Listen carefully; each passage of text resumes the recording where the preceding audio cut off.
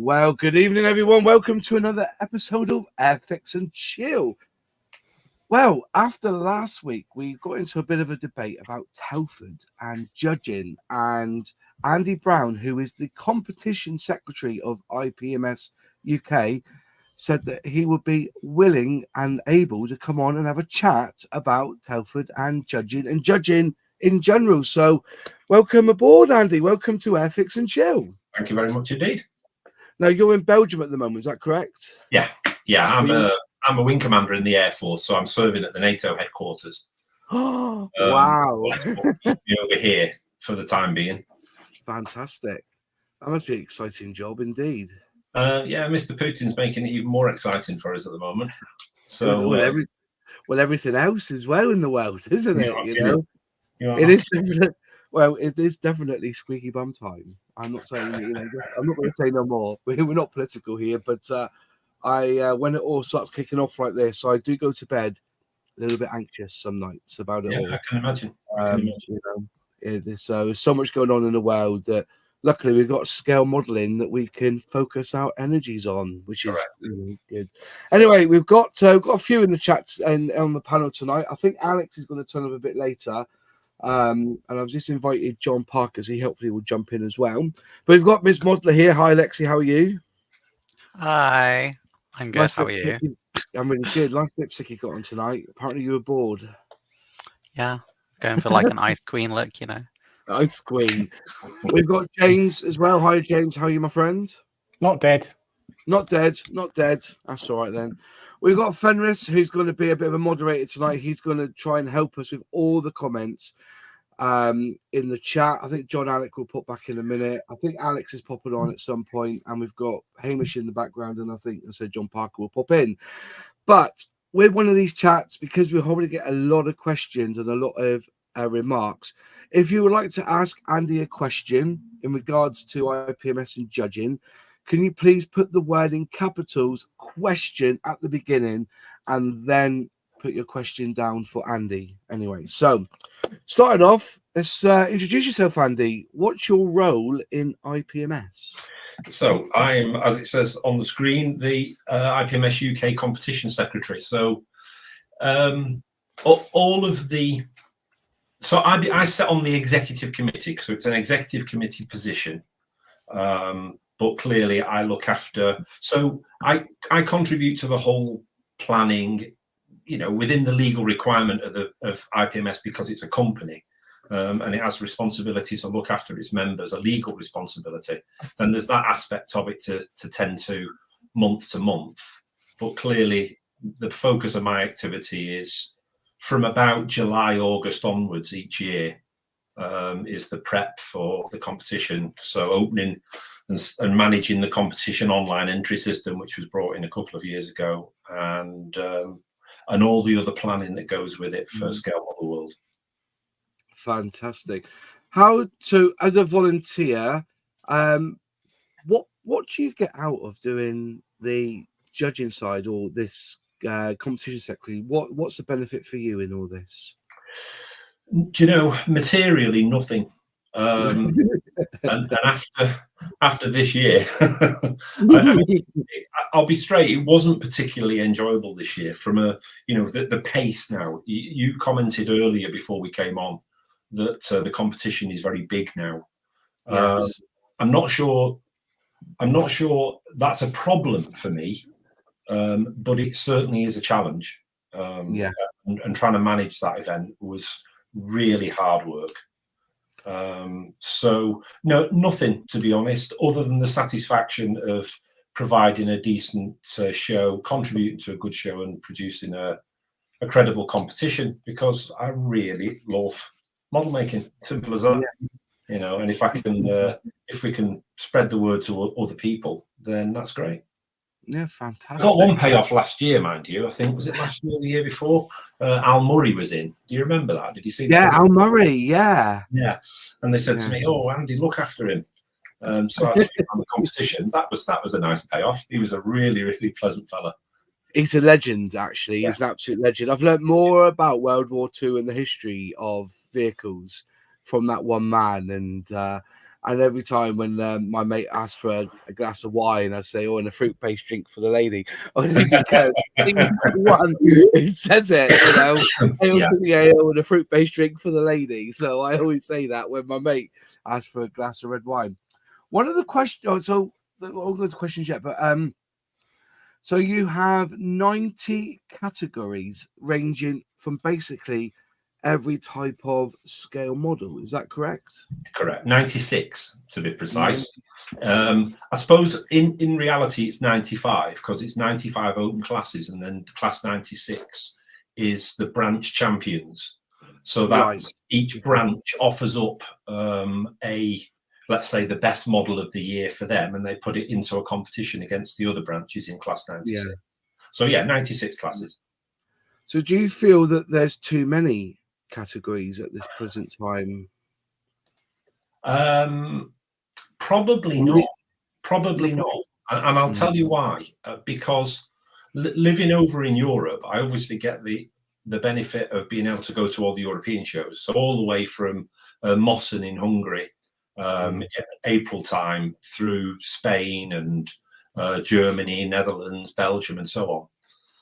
The biggest problem that many of those shows encounter is that because of the size of them, and this is one advantage to a large competition, that you can break it down into classes where models are competing more or less like for like. Okay. Otherwise, you end up with a slightly farcical situation that I've seen over the years where you get one class that's 48 aircraft, full stop. Yeah. And I just don't know how you can judge that. You've got some super detailed, godlike model at one end of the class, and then a from the box at another.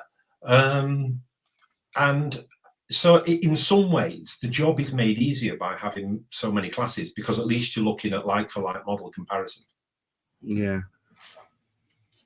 One of the questions was, do you feel that with the competition being so massive in the last 2 years, would it be feasible and proper to go back to a regional kind of competition where regional finalists are then placed, and then you take them to Telford and then you judge from that?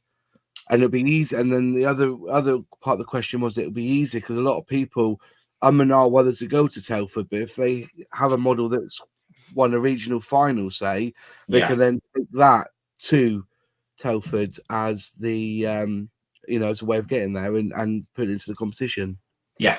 I mean, you mentioned that to me earlier, and I'll be honest, I'd have to give it a bit of thought. To my initial thought is that sort of happens anyway, doesn't it? Because anyone that does the regional shows will see the best of the models in the regional shows. I know when I compete, I'll often put them into another show to try and get a feel for where they sit in the mass of models. I mean, let's be honest, it's a bit of a lottery, because you can turn up with a gold medal winning model from a regional show that arrives at Telford, and some modeling demigod turns up with their creation and he wipes the floor with you. It's always a bit of a lottery. But I get the principle. I'm not quite sure what it achieves. I suppose it's a good idea if you're going from the baseline that the competition is too big. I'm not sure. The competition is too big for the resources that we've got at the moment, probably. But I've just got to draw in more resources, and that's the plan for next year. Yeah, I can see that. As I said, the queues just to go look at them was immense. I think it was more of a glance for me. It was like queuing to see the crown jewels. You need an escalator. One of those moving floors to get them in through quickly. Quick look and move on to the next one. And I think that observation, probably says that it's not too big. I mean, to try and give as many people visiting the show the opportunity to see the competition as possible, and the time it's taken to judge it now is a bit of an imposition. And I've got some bright ideas to resolve that. And I'm not being secretive. Where I've got bright ideas that I've not already socialized with the other members of the executive committee, I'm happy to tell you. Right, there really are no secrets. But a couple of the ideas I've got off the back of this year to try and create more time for people to come and see, and more capacity for people to come and see the competition, will involve more money. And so that's something I've got to talk with the exec committee about when we next get together. Yeah, because it is free to enter, isn't it? The competition. It is. I suppose, yes, it is. But of course, and this was one of the questions that you raised the other day. You were not sure. I think you said, I think you've got to be a member to enter the IPMS Scale World Competition. In fact, you have to be a member. Yeah. So if you treat the cost of membership as an entry fee, then it's quite an expensive competition, if that's what you're going IPMS for. But yeah, nominally it's free. You don't pay anything to enter on the day or before. Is there a strict set of guidelines that the judges have to adhere to whilst they're judging, or is it just done on appreciation from that particular judge? So there are a set of guidelines, and I'll run you through the sort of the big headlines if that helps. Yeah. Clearly, there's a lot of detail underneath, and we can go into that if anyone's particularly interested. But so let's call it handrail. Sounds a bit business like that, but I try and use that phrase with the judges because I don't want to constrain them, because I'm very firmly of the view that we're not a model engineering society, right? We're not attempting to replicate something in a mechanical, lifeless way. And a number of you said the other day in the conversation about the art element. It is art on a three-dimensional canvas. I think 21st century scale modeling is art on a 3D canvas. Yeah. And if all of us went to a gallery now to a military aviation presentation, we would all, there might be 5 paintings of a Spitfire on the wall, and I bet we'd all choose a different preference. So I can't, there's no way to codify. I know from the correspondence that I get from disgruntled people, they say, oh, can I see my scores? Yeah. We don't score. We use a scoring system as a way to try and build a bit of rigor, because when you've got 60 models to look at, you need initially to have some sort of structure to help you grade, right? And then you can start to focus in on the ones that float to the top, as it were. But there is no scoring system at the end for the majority of people that says he got the maximum number of, or the most number of points and has therefore won, because it doesn't work like that. So this is how it works. Now, I changed, when I took over 2 years ago, I changed the grading system, and it might sound subtle, but for me, it's quite profound. It used to be construction, all right, was the first category. And of 100 points, there are 40 points assigned to that. I now refer to that as quality of construction, right? Because I ask them to look at the technical complexity that's involved, the accuracy and the precision, the symmetry of a kit, how things sit, all those details that we all know about as modelers. I ask them to scrutinize all those aspects of the construction. The next 40 points go to finish, not painting, because we're well beyond just painting models now, aren't we? By the time you've all the different layering techniques, whether it's figures, especially the figures, some of the incredible painting techniques that are employed there, the judges then look at the quality of finish. All right, so that might be the accuracy of the paint, the precision of the camouflage, how well the margins between colors are established, the shape, the form of the camouflage. A lot of people get that completely wrong.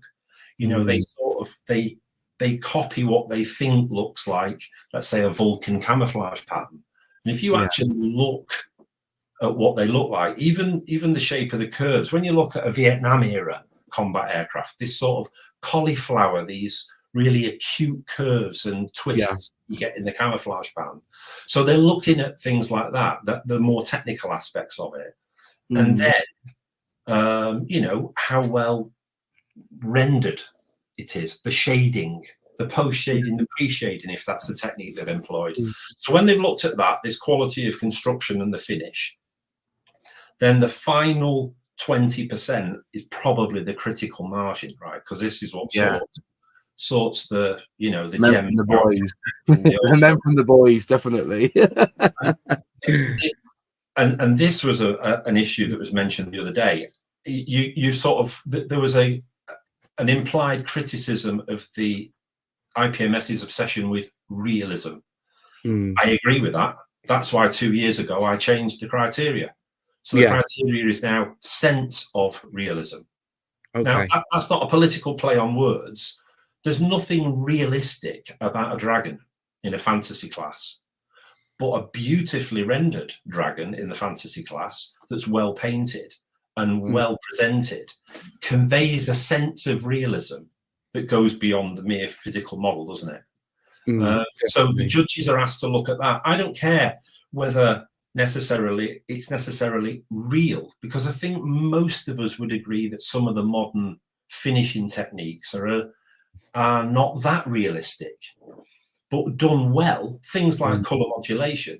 When you see a really well color modulated vehicle, for example, it definitely conveys something of a sense of realism that goes beyond the plastic model itself. So, and that's where we're into that artistic, highly subjective margin. And I think that's where the controversy lies. That somebody will see something and they'll say, nah, that's rubbish compared to that one. But clearly they're not looking through other people's eyes. And the only advice I can give is write to me and I will put you on the judging team. It's not a closed shop. I invite everybody that complains to join the team. And this year, I'll write to all of the gold medal winners and invite them to join the judging team next year, so that we're getting a nice cycle through of new talent, of new perspectives, of younger eyes, especially with the growth of the gaming world. You know, a lot of these, you know, tech figures and things like that. It's a whole field of interest that needs a fresh understanding. So that's the way to try and keep it fresh. Fair enough. Got some few questions. I'll jump with this one. Randy Galino says, so how do you have rivet counters as judges doing sci-fi and fantasy models? This color wasn't right on this model, isn't according to canon. That would be under sci-fi, wouldn't it? So I suppose some of those criterias will have quite a lot of bend in them, because you wouldn't be looking at that, so to speak, you know, because it is fantasy, isn't it? Yeah, absolutely. And of course, the scoring system, what I didn't mention was that scoring system, although again it's not a hard coded system, is slightly different for the figures, because for the vast majority of figures, construction isn't that big an element. It's all about finish and it's all about sense of realism. But to answer the question directly, we don't have rivet counters in the fantasy classes. I've got a group of people that do the fantasy classes who are dedicated fantasy class fantasy modelers. And, you know, they know a Space 1999 from a whatever, you know, and I rely on their knowledge. But I think it comes down to a similar set of criteria, in the sense that, you know, when you see some of the scratch-built fantasy vehicles that were in the competition this year, just spectacular. Well, the best in show was a fantasy vehicle. Yeah, we saw that definitely. And I mean, and we don't have rivet counters. I mean, I have seen some people say, I have heard remarks about, let's say, a particular science fiction vehicle, you know, like a Space 1999 Eagle or something like that, where they may question something that the modeler has said on the detail section of their card, because they might know the kit quite well. But I tend to discourage them from playing I know that kit like the back of my hand, and he's done this or he's not done that. You know what? So what? I'm more interested in the final result. Yeah. Well, and like you said, one of the changes from realism to the feel of realism, right? Like that, especially in the sci-fi and fantasy models, that there's a weight change in both types, but especially in the fantasy and the sci-fi, where that really carries over, I guess. Yeah, I think so. I mean, we don't get. I'd like to see more figures in our competition, because the fact that the UK used to host the most spectacular figure modeling, yeah, you know, on the planet once upon a time with Euro Militaire. If any of you have been to Scale Model Challenge, which was on, I think, about 4 or 5 weeks ago, they've really hoovered up that market. I mean, it was just, I call it quality fatigue. In about 6 foot of table, my brain just melts. I don't know how these judges do it, because they're just spectacular pieces of model art. But you know, every inch along the table, God knows how they do it. I really don't know. But yeah, I'd like to see more of that, because I think the scope for the artistic element of our hobby is in the fantasy, the sci-fi, the figure modeling, the dioramas, and so on. Yeah. And that's the future, I guess. You know, we don't see a lot of Gundam, do we, in this part of the world? But No, it is becoming strong. But it is becoming strong in the Force. That I say, you know, especially with everything. You know, a lot of people are starting to, especially with Netflix now. A lot of the Japanese cartoon films, coming, anime and things like that. You know, well, I grew up with anime. You know, my first one was Mazinger Z when I was like 8 years old, but I've never actually built a Gundam model, but that's on my to-do list. But I think it's because we like to see things that are vehicle, you know, that are, you know, that are present and real, in that we've seen and grown up with Spitfires, Hurricanes, even the Gannet that's coming out by Airfix. It's, you know, we tend to stick with what we know. And sometimes it goes back to the box. So maybe it's time for us to actually think about this and think, well, maybe figures is something to look forward to. For me, when I do a figure, it's normally 1/72, quick bit of green, you know, bit of a wash on the face, we'll have a bit of flesh put on it, and that's me done. You know, you're not going to see it under the canopy. So, yeah. I'm always doing a bit of, you know, a bit of international diplomacy when it comes to encouraging people to come into the competition. So I got lobbied a couple of years ago by the space modelers, who used to be lumped into sci-fi and fantasy. Yeah. Up until 2021, they were part of the sci-fi and fantasy. And one of their number wrote to me and said, "We're not sci-fi, we're not fantasy. You know, this is sort of, shall we say, serious, real space vehicles that we're talking about." And he suggested a class breakdown. Yeah. Now, I said to him, look, I'm more than happy to go that route if you can drum up the interest. The one thing I don't want are single classes with 3 models in, because whether you win, lose, or draw, the credibility of winning a medal in a class that only contains 3 models, you might as well not bother. So there needs to be a reasonably fierce competition for the satisfaction of the participants.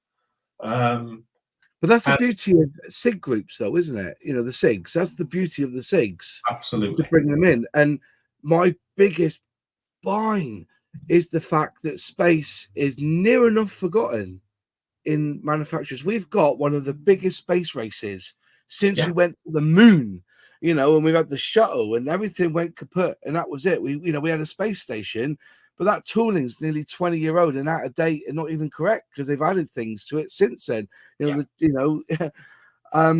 And now we've got all these big companies now, you know, you've got SpaceX, you've got, you know, the Tin Pot ones like Richard Branson and Amazon, you know.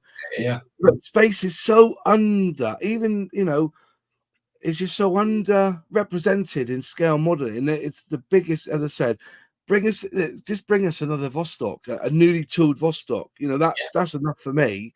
But it's missing. But I can see if you have a SIG, of, you know, special interest group. So if people don't know what SIG means, special interest group on a particular subject, then you've got that means then to actually push for these newer toolings of you know, for the manufacturers to get into.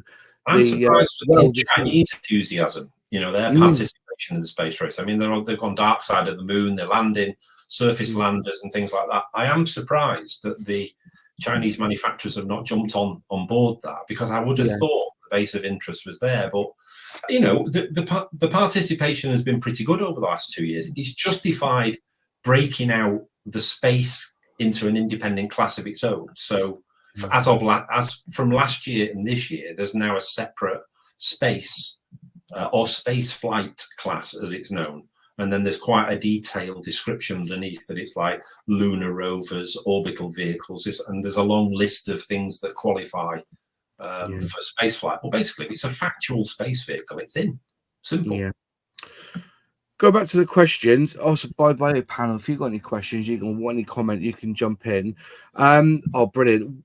What is the most difficult part of being a judge? Oh, it's views after the event.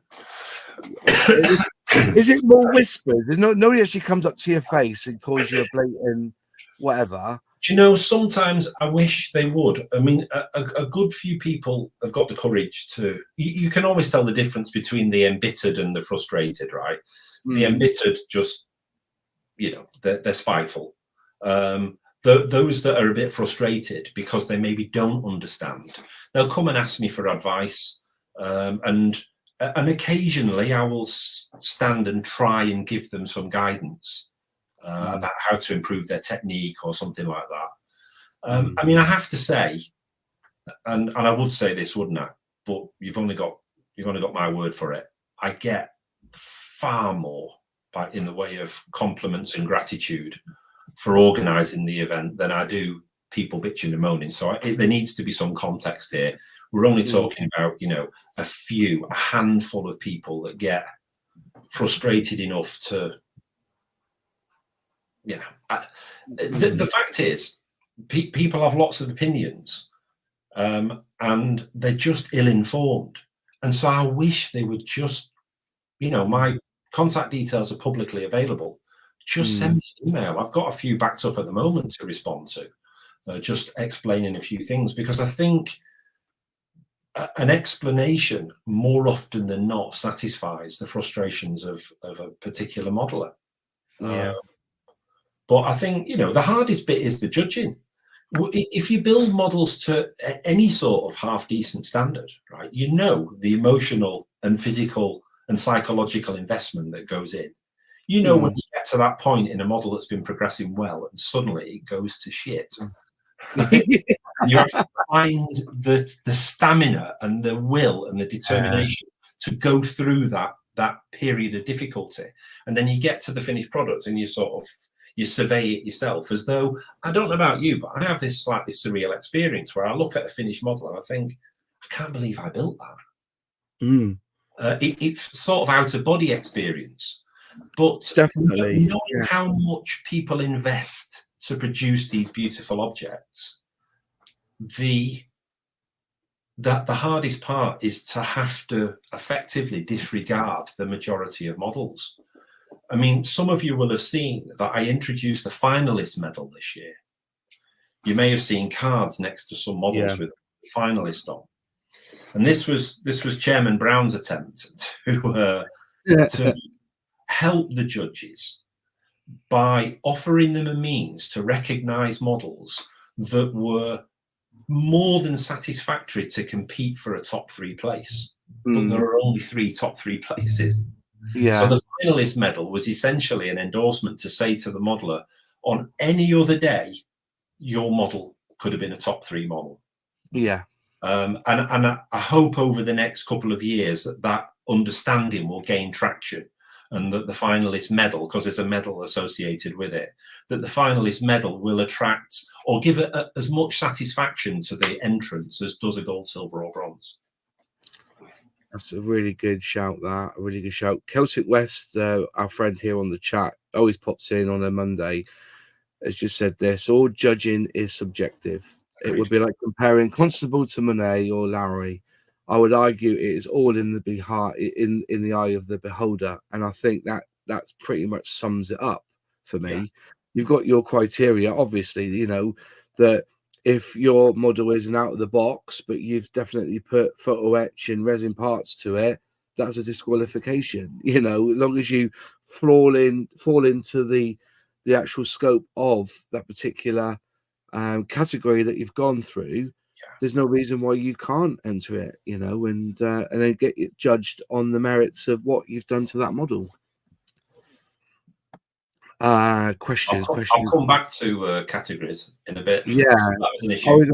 What's a standard kit? I know many of you were discussing that last Monday. What constitutes a standard kit, and what can you do to a standard kit and make it remain as such? But I'll get into that later if you wish. Yeah, that's fine. No, definitely. If anything we said was untoward last week, you know, we've been misguided, because I said that there was a couple of people, and the problem is that when a couple of people start talking, it gets pushed around that somebody had judged a model and put it high in the class above somebody else. Yeah. That person was in the same model club as the person who entered that particular category. So that bit of beef was going on, you know, when the word nepotism was used in judging. But I'm assuming that you try not to make that an issue, whether the judge, I suppose it'd be difficult to stop judges from judging people from their own model club, I suppose, because there's so many categories and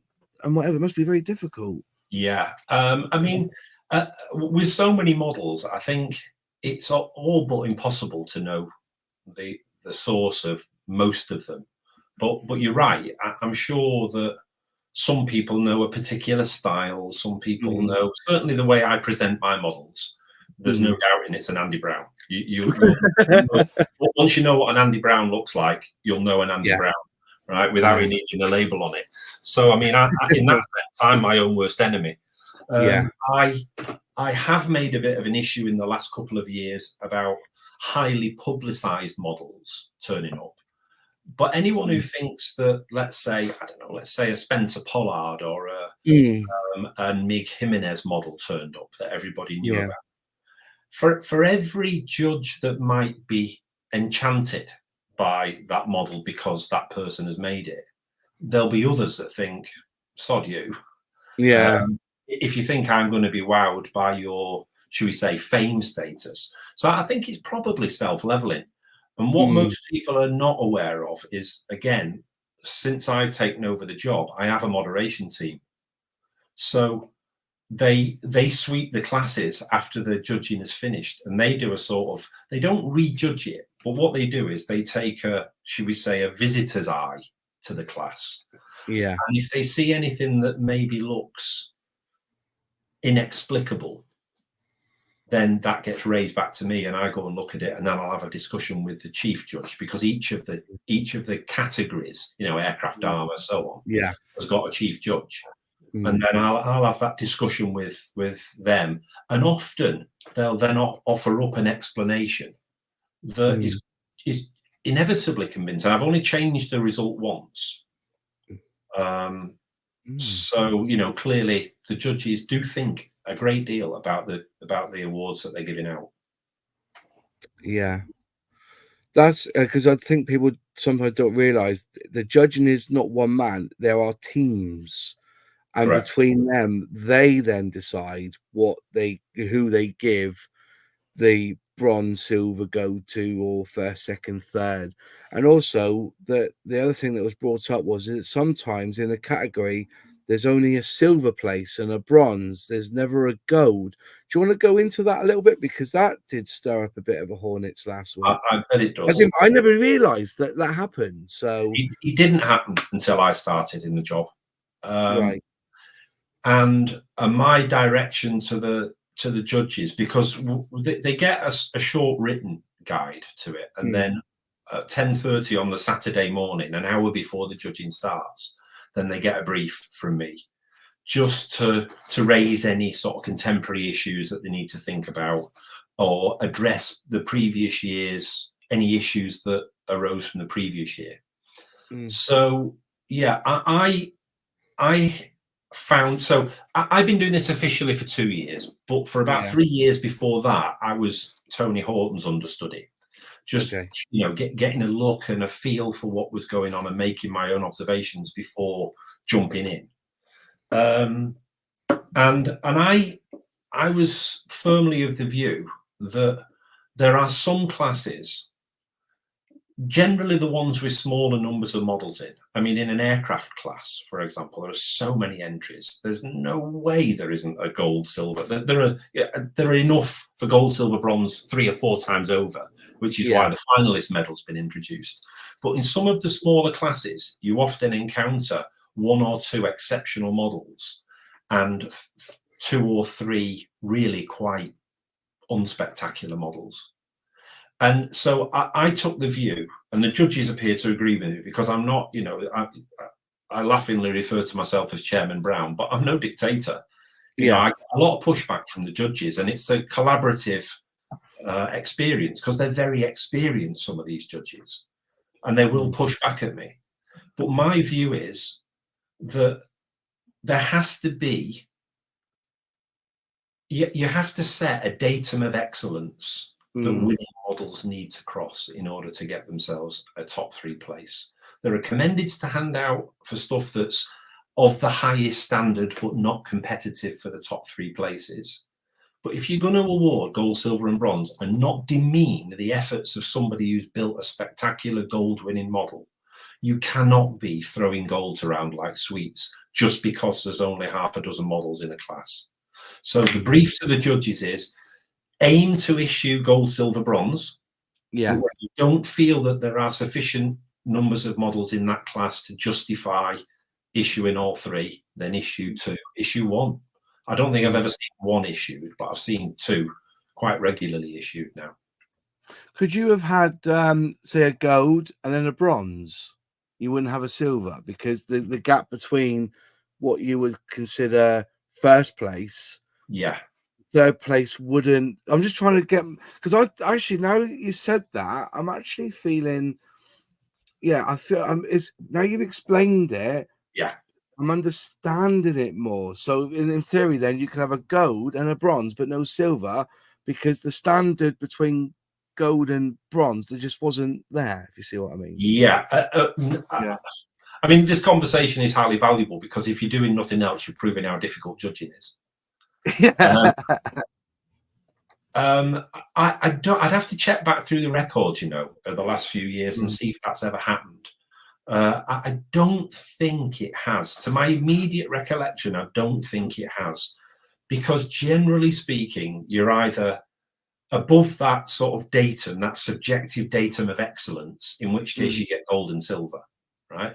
I have seen silver and bronze issued. Yes. That's what we did with last week.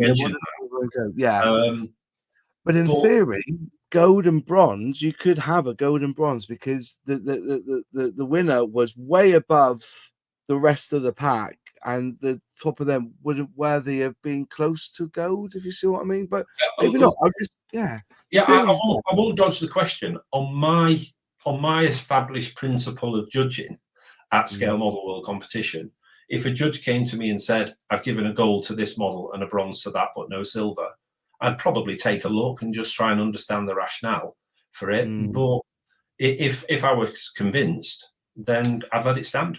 I wouldn't find that an aberration.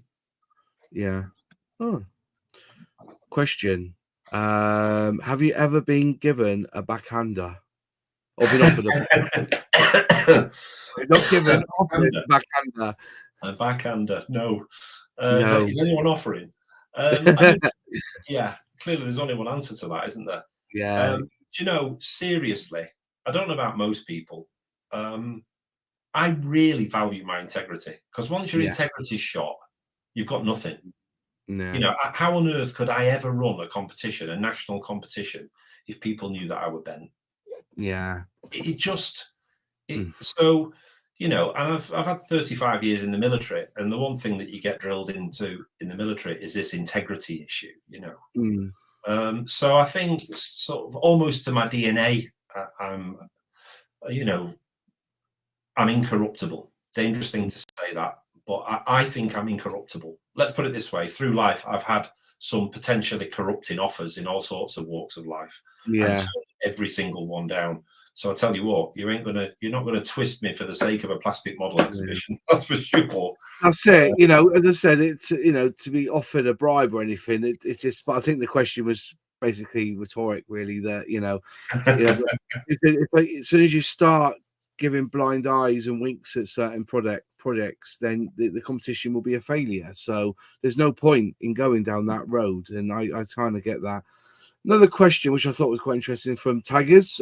Question: if 3 models had identical finishes and identical schemes, but they were airbrushed, 1 rattle can, and 1 brush painted, would the scores for the finish alter or be the same? Well, that's a good question. Because I wouldn't know if you had airbrushed it. Sometimes you wouldn't know the difference between an airbrush or a rattle can anyway. So, and I don't suppose they tell you that on the actual model, do they? So I think it'll be judged on its own merits, I presume. I'm absolutely sure it will be judged on the quality of its finish. That'd be it. However you've achieved that, I mean, and I think I'd be quite passionate about that issue, because one of the best models I feel I've ever produced was brush painted, and nobody believed that it was brush painted. Nobody would believe that it was brush painted. So to do down somebody else's work because they brush paint. So I think what I'm saying is that if you practiced with your materials and you're very familiar with them, and when I was a youngster, Airfix paints, I just got them. I knew how to thin them, and I knew how to prepare the base to apply them with a brush. And by and large, not with all colours, but your standard sort of greys and greens, camouflage greys and greens that are quite opaque. I found that I could get near airbrush finishes with a brush. So yeah, if there were 2 identical models finished with in a different way, it wouldn't make a scrap of difference. No, didn't. I think the one thing about I've found with YouTube is the most modelers do build and finish using airbrushes. So now we've got to a stage where people don't really use a hairy stick. They all, anybody who comes into scale modeling, loads of people, you see it on every forum.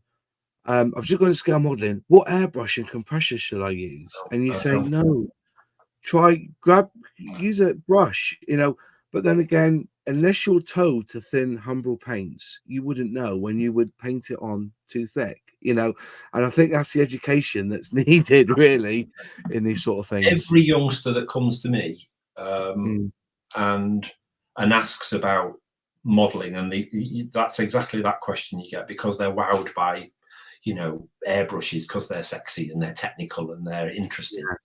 And I always say the same thing as you just said.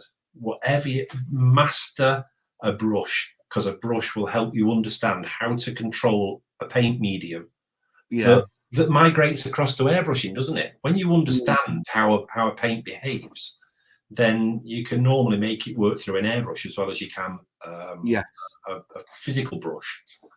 So I agree with you. We don't. We're losing vital skills, I think, by this obsession with airbrushes.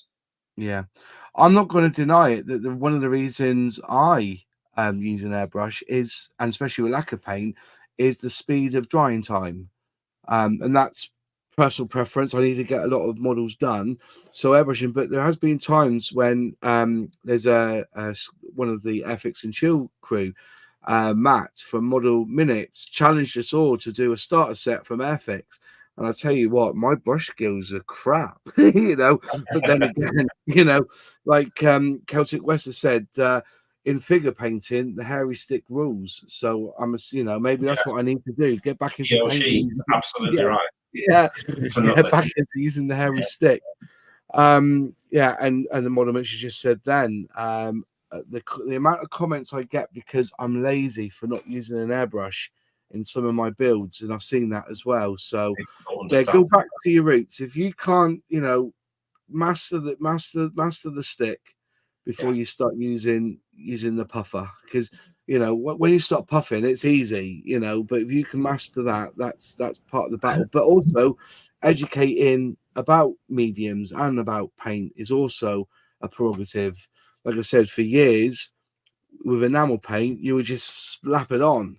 And then we moved on to acrylics, and the finish was crapper than the enamel ones.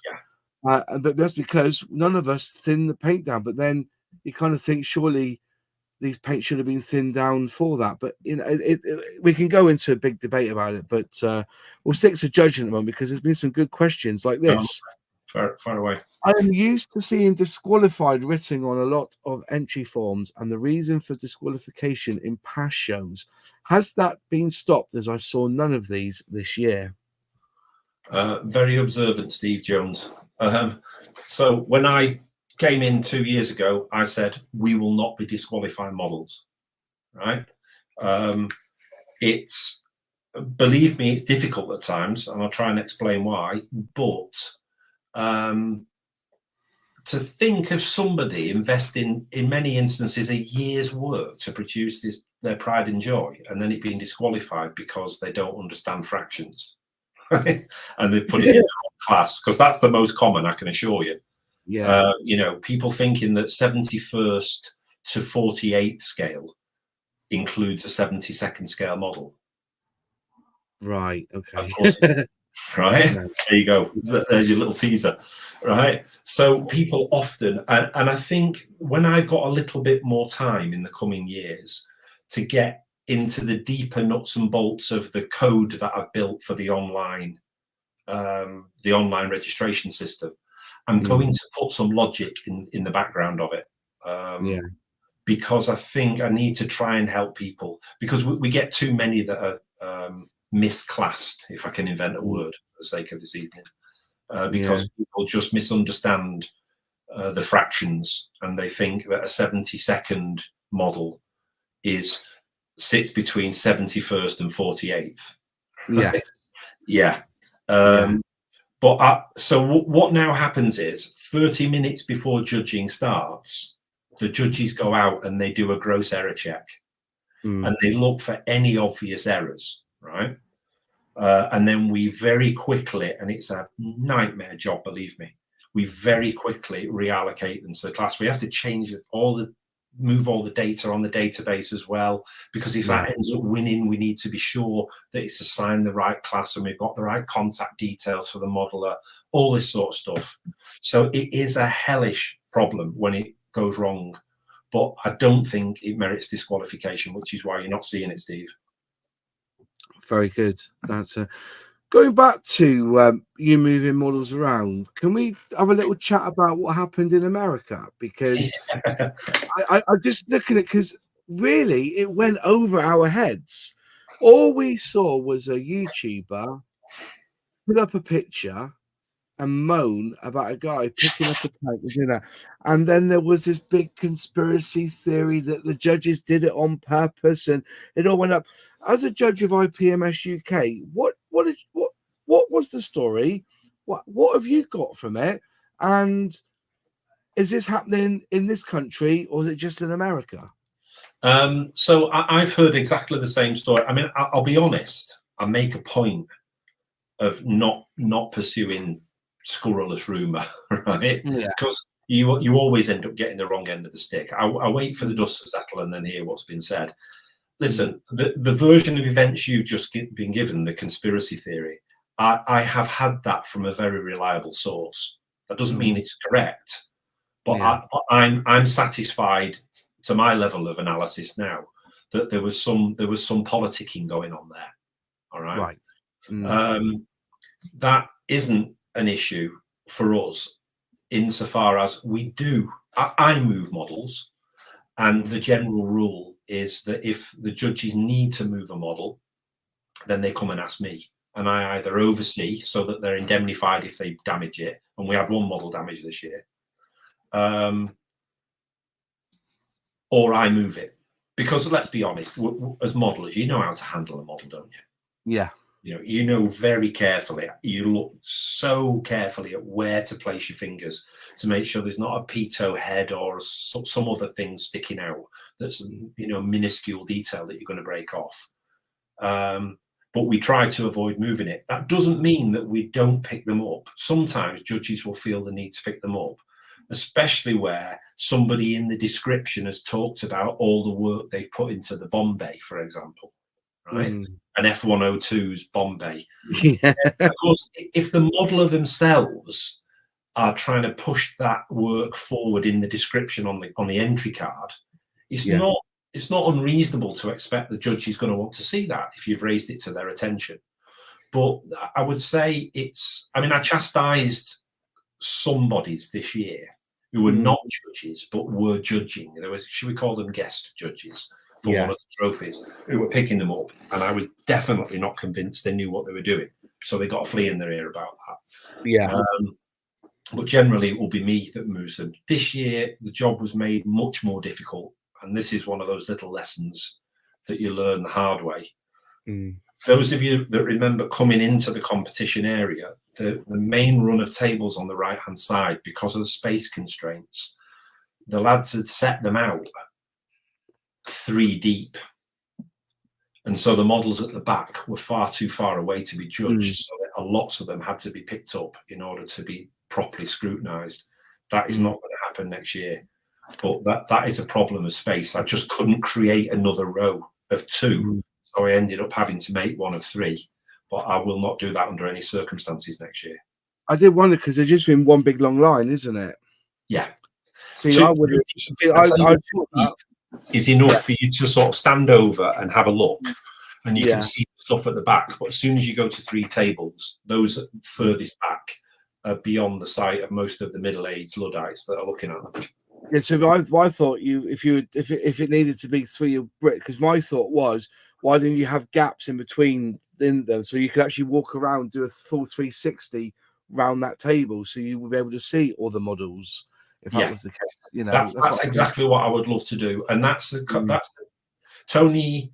So the secretary, Tony Horton, has sent me an email tonight discussing preparing for this Saturday's executive committee meeting. So it's the wash up for Scale Model World. Yeah, and I think when people make suggestions, I think sometimes it's difficult to them to understand that this is a commercial activity. You know, the venue is quite expensive, but it's beautiful. Generally, it's been self-funding until Brexit, because the impact of Brexit on continental traders has punched a big hole in the balance sheet of Scale Model World. And so when Andy Brown comes along and says, I want more space, please, and I want more tables. Tables cost money, space costs money. Any space I get deprives a trader of potential space that's then income to the event. The competition is a net consumer of resource. It doesn't contribute to it, right? It costs for the tables, it costs for the coverings, it costs £3,500 for all the medals and the trophies. Wow. You know, it's a significant sum of money that I burn up, and I don't give anything back. So you can see why, when I ask for more space to try and make the introduce the conveniences that you've just suggested, it's not that I get resistance. It's just a pragmatic decision, you know. Giving more money away to a net consumer of money. No, I just thought maybe because if you did have them 3 deep, you could have less a table, but have a gap in between. So as long as you've got a 360 view of it, then I think it might work. Just a little thought, but what's not been helpful is that since I took over, obviously that was just before the pandemic, and then the disruption that's caused has meant that every year since I've been in a different location. And so every year you're having to construct the competition area from scratch. Yes. We had stability when we were up on the mezzanine floor. And that was great because we had a standard layout, it worked, we had ample space and good lighting, everything was hunky-dory. But as soon as we came downstairs, then 2 years ago, we were in a place in Hall 2. This year we were elsewhere. I mean, I'm happy being back downstairs in some respects because I like being at the heart of the show,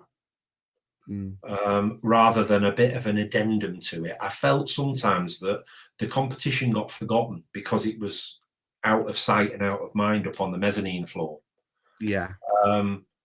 So it's lovely to have it back at the heart of the event, but it's still an expensive activity that we're using membership money to to provide, and I've got to be frugal, you know. It was an incredible competition, and I think when you go, you know, when you look back with how it all panned out, I think ultimately everybody was happy with what they won, what they did. And there was a question of, do you leave feedback for particular models, or will it just take too long? So you can say somebody says, "Oh, where was I placed?"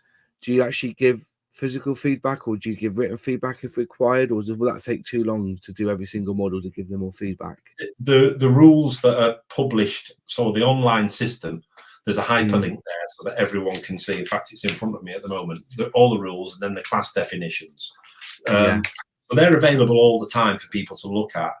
One of the stipulations in there is that after the competition, there is to be no discussion about the results or anything else.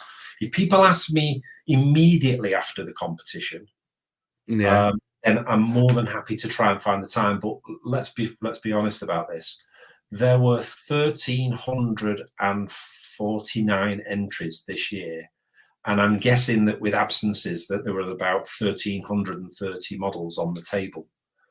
If you could just think through the logistics of trying to do notes on all of those in a 3-hour window, and for me 3 hours is too long, because that's an hour longer than it ought to take, and it's an hour depriving the public of the opportunity to see this competition.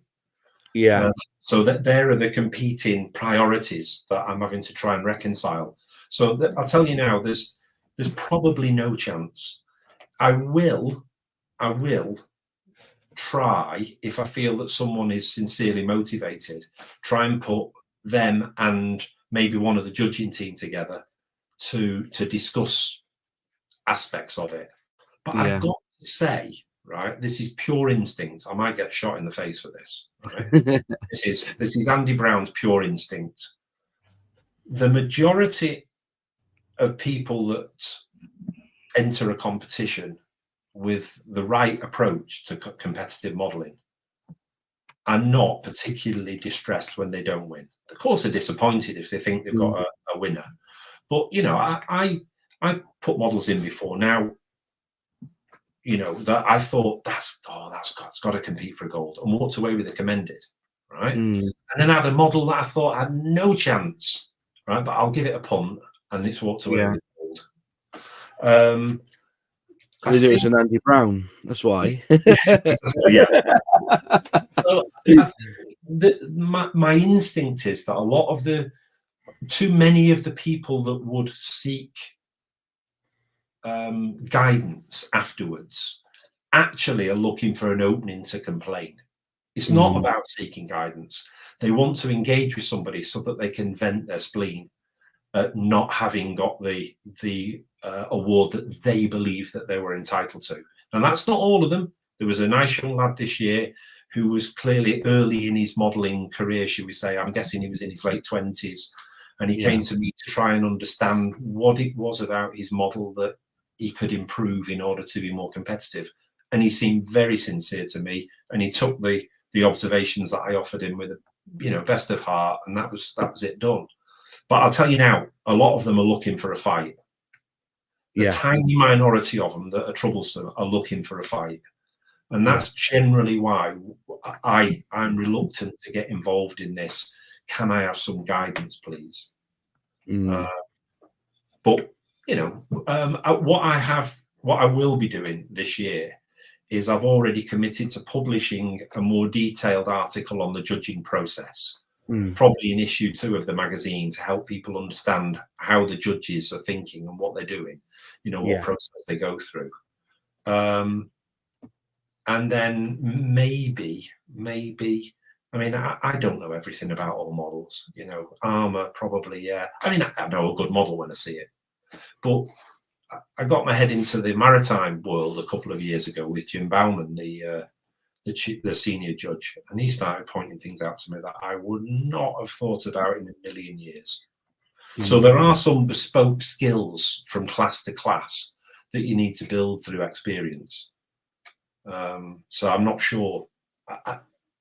I wonder sometimes to what extent you can help everybody, Yeah. Because one of the things I heard was accuracy. Surely judges are judging on the model, not the accuracy, because would they really know what the size of the missiles were on a particular bird, or what gun should be used on a, surely that's down to the, that must be away from the conversation. Obviously it must be about the realism of, or the sense of the finish of the bird, because somebody said that they're using an accurate model, but mine was the latest tooling. That shouldn't come into any equation in that competition, should that? No, it shouldn't. And I try and discourage the judges from switching on their rivet counter mode. All right. Yeah. I say that exact phrase to them. Unless something is patently ridiculous, right? Like I don't know, an A10 with 8 drop tanks on it. Right? I've seen one with 6. But unless something is patently ridiculous, I generally will discourage the judges from going into rivet counter mode, because you can't always be sure. And I've seen the occasional mistake made by people that were pretty sure they knew that something was inaccurate, and subsequently discovering that it was not inaccurate. So you're setting a trap for yourself as a judge if you get drawn into that. Fair enough. How many judges are there in a group? Does the number vary for each category? And I'll add to that, do the judges judge multiple categories, or they just settle for the one category, or the one? So sorry, not category, but just like one does armor, one does planes, one does ships, one does sci-fi. If you see what I mean. Yeah. So I tend to see. I mean, the judging team was decimated by COVID. Right? I don't mean they died. I mean they were decimated by COVID because some are reluctant to come back because they feel, especially the elderly men and women that were part of the team, and some have done it for many years and they've had enough. Right? They want to enjoy the show, and it burns up a lot of Saturday, the judging. So I'm still reconstituting the team. I used 63 judges this year, and it's not enough. I think for next year I need 100 judges in order to judge the competition in the required time. But to answer the question that was asked, so the judging teams vary in size because the classes vary in size. Normally, you've got 3 or 4 in the aircraft and armor classes. This year was a bit of an exception with the armor class. Some of the armor classes, never less than 2, really. And even if somebody does a quick sweep, I will always then go and assist to make sure that they've got some, moderation. So yeah, you're talking really 3s and 4s is the standard sort of judging group size, and it does vary from class to class. And I do ask some of the judges to judge more than one class, because where you've got, say, 9 models in one class, 10 in another, you can do both those easily in the time available, as against, a 50 model class like 48 scale aircraft. Yeah.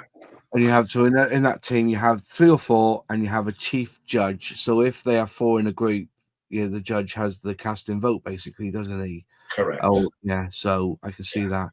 What other question too?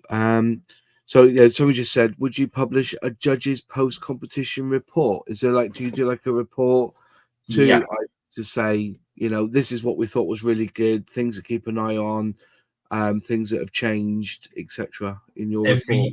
Every year, the competition secretary is required to produce a post-event report. It goes in, I think it ends up in issue 2, probably. It's in the February, isn't it? February. That might be issue 1, actually. But yeah, that gives just about enough time after Christmas to then get your thoughts down. So Mike Davey, who's the competition administrator, Mike and his wife have helped the competition out, administering it for donkey's years. I mean, they're just an incredible couple. The amount of work and effort we get out of them for sod all by way of reward is incredible. I will sit down with Mike, I think this coming Sunday, and then we'll run through our little checklist of observations, and then I'll compile that both for the post-event report and to prepare for next year's event. Okay. All right. Anybody in the chat, if you want any questions for Andy, who has kindly come on tonight to talk about judging, put them in the chat. Just put the word question at the beginning of it so I can clearly see that, see it and bring it up on the screen. So I'll jump in with one if you don't mind. The discussion around on standard kits last Monday.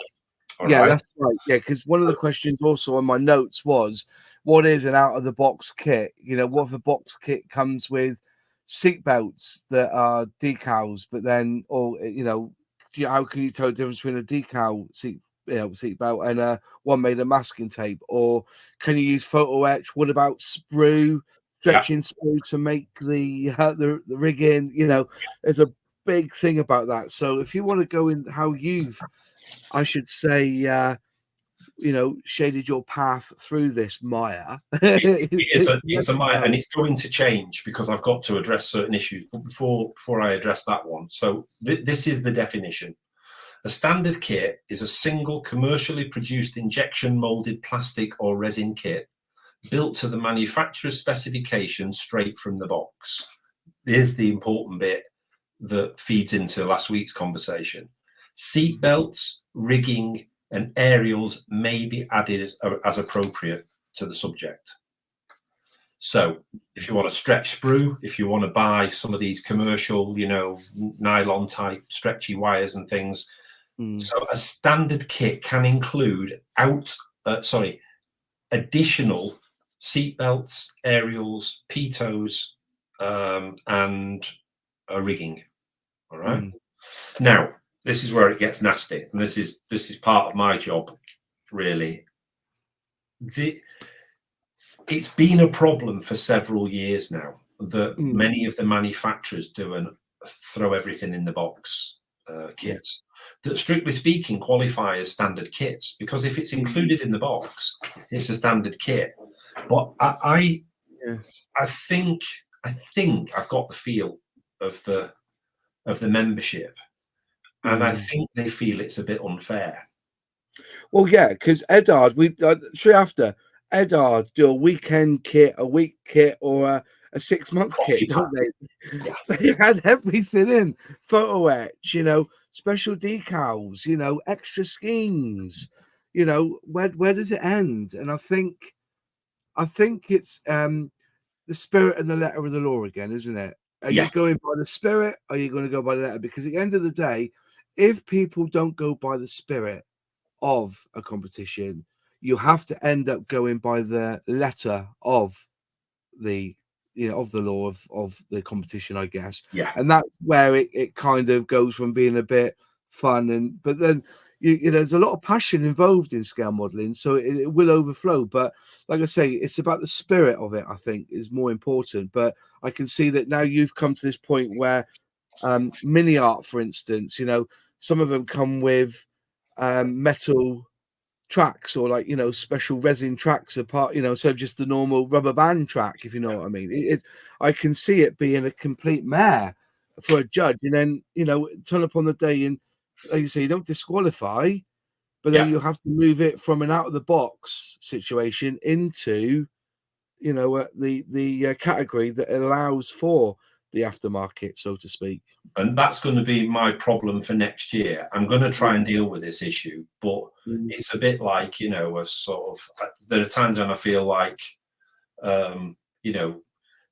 chief of the Crown Prosecution Service, because you're having to formulate law, you're having to construct these rules in a way that cover off every variable. And, so my first shot would be, I think, to say that only the plastic or resin components of a multimedia kit can be considered a standard kit, right? So if you buy an Edouard Profi Pack, then you can only use the plastic bits of it, not the etched, not the not the resin and stuff like that. Yeah. And it's not that it's denying anybody entry to the competition, is it? Just put it in the any source kit detail class, the ASD classes.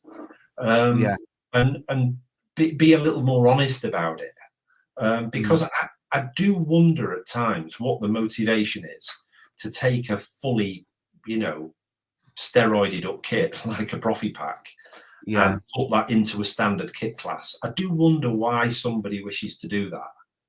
Again, it's the spirit and the letter, isn't it? Again. Yeah. But unfortunately, I have to legislate by the letter, not by the spirit, and because otherwise people will argue with me. So I've got to try and refine this for next year and see how we go. But also, you see, there's a lot of they say out of the box build that like is it Ammo by Mig? They sell model kits, but then they add in Red Fox extras and everything, and that's that's the other issue you've got. So I presume then out of the box is basic, as you said, you're allowed for the aerials, a little bit of rigging, etc.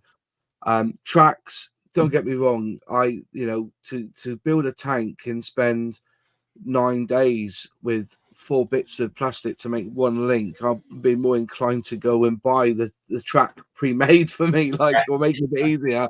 But then I'll put that tank in the ASD classes. Yeah. And that's a good point to make. As it's come up now, there is a lot of confusion about standard kits in that people think that all standard kit entries need to be accompanied by the instruction sheets. That's not true. Only the standard kit only classes. That's to say, only a class that is specifically for standard kits does it need to be accompanied by the instructions, because you obviously have to prove to the judge's satisfaction, if they have any doubts, that they're all built to the same standard. But many classes are SK, ASD, ASC, etc. Right?